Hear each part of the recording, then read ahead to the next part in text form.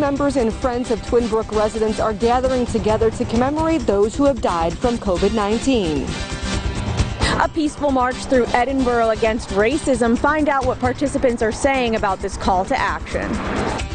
As the pandemic continues, the United States has seen more than 500,000 new cases in just the past week. In high definition from your news leader, this is Jet 24 Action News at 11. Good evening, I'm Brian Wilk.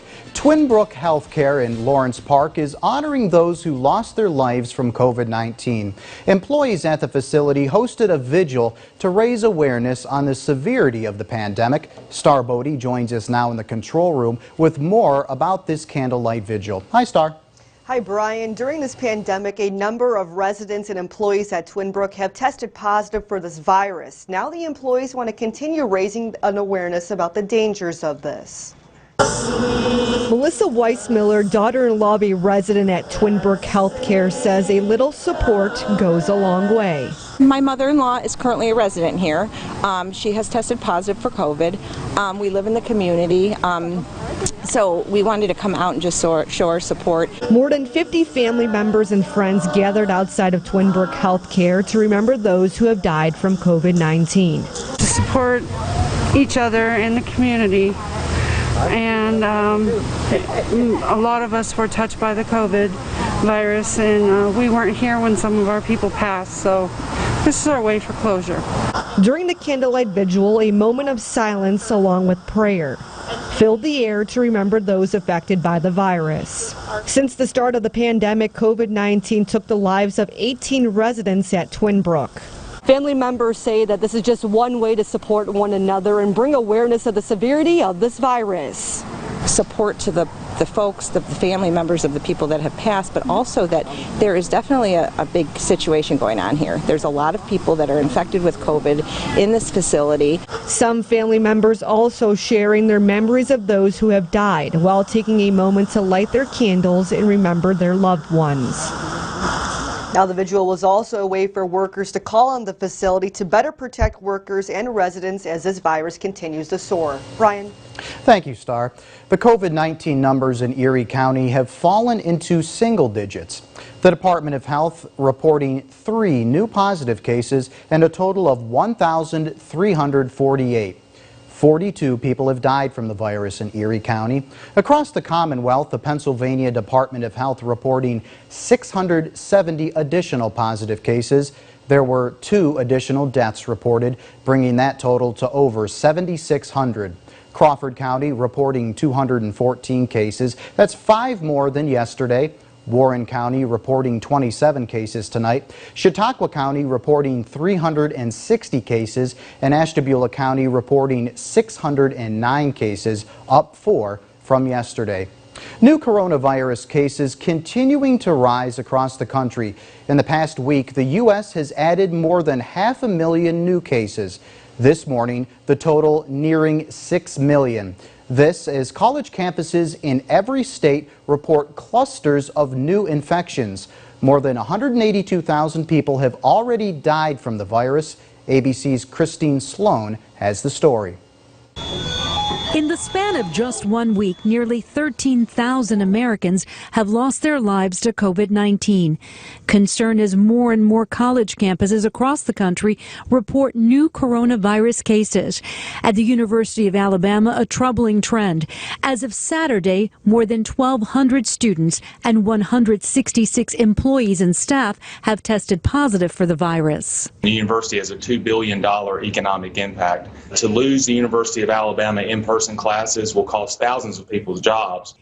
In Arizona, a somber milestone, more than 5,000 deaths, as Arizona State University reports another 450 cases among its students.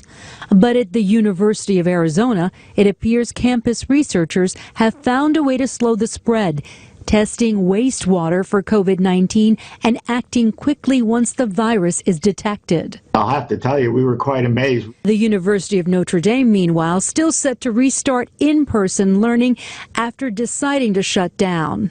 The virus hit us harder and more swiftly than we expected, and we fell behind. And now some young adults saying they feel pressure to socialize even in the middle of the pandemic. I don't think it's a great idea. I think it's very unsafe for all of us to be going out in big groups. A deadly outbreak shuttering this California poultry plant. With 8 deaths, I don't know how you could really feel safe being there. While a funeral in West Virginia now linked to at least 14 cases. Christine Sloan, ABC News, New York. There was a peaceful march through Edinburgh this afternoon. Demonstrators say they are breaking the silence and taking a stance against racism. Chelsea Swift has the story. Lydia Lath, the organizer of the Racism Has No Home Here march through Edinburgh, says leading up to the event there were threats of violence to discourage people from participating. Lath says she refused to cancel the march. Black people cannot cancel their blackness to avoid conflict with racists. And so I, in good conscience, could not cancel this march to avoid the same issue.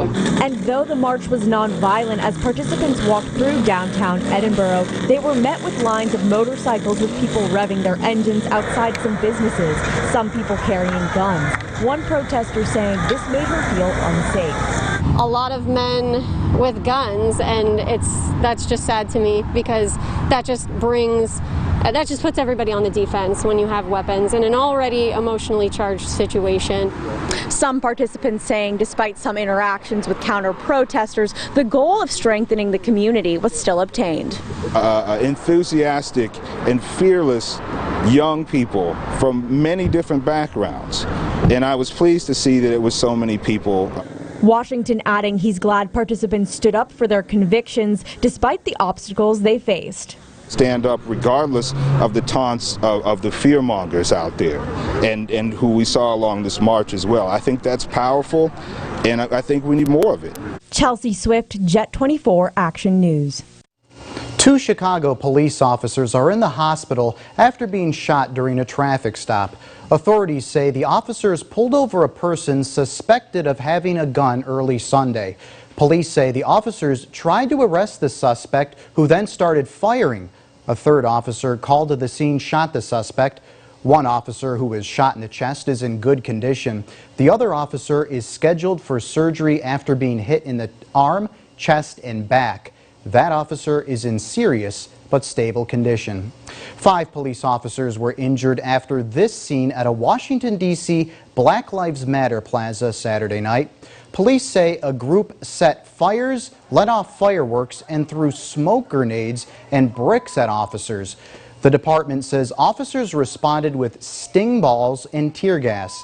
They also arrested at least 5 people on charges like felony rioting and assault on a police officer. And coming up next on Jet 24 Action News at 11, while many people were crushed to hear the news of the Meadville County Fair Crawford County Fair being canceled this summer, folks were able to get some fair-style food today. That's after Craig's first forecast. Hey, Craig. I love that artery-clogging fair food, right? Some decent weather on the way for Monday, and more of a summery pattern as we head towards midweek with a couple showers and storms to forecast next. From your news leader, you're watching Brian Wilk, meteorologist Craig Flint, and Mike Fenner with sports. This is Jet